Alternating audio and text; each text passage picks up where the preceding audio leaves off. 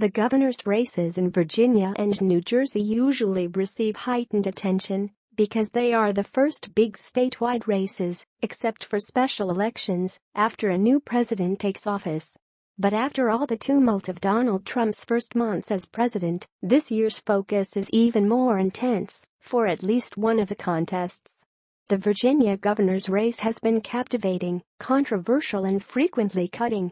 Republican nominee Ed Gillespie, a longtime party operative and lobbyist, has dominated the campaign dialogue with a succession of racially tinged attacks on Democrat Ralph Northam, the lieutenant governor. Though Virginia has been trending Democratic, and final pre-election polls still show Northam leading, Gillespie's onslaught has shaken the soft-spoken Democratic nominee and unnerved party activists desperate to record their first big electoral win of the Trump presidency.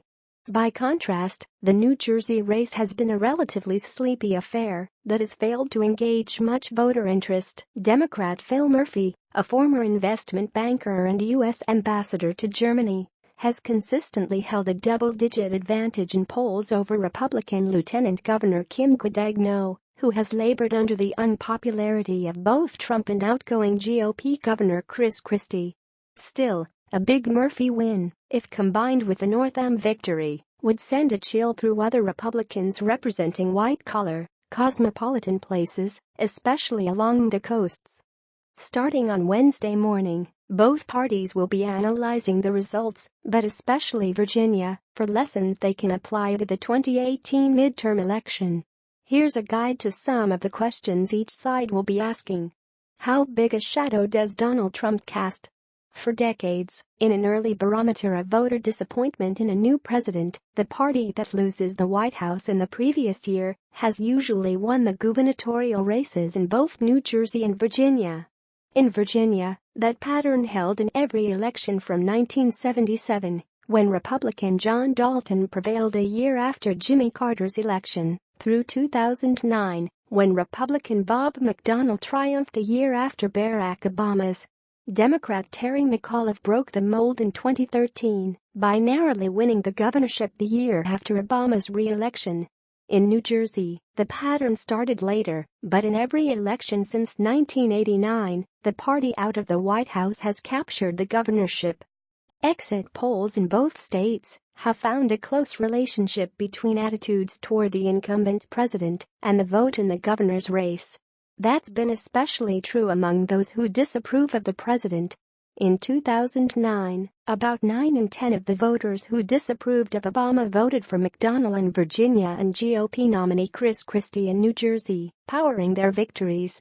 In 2013, Christie again won 84% of Obama disapprovers, but Ken Cuccinelli, the polarizing GOP nominee in Virginia, only carried 81% of voters who disapproved of the president.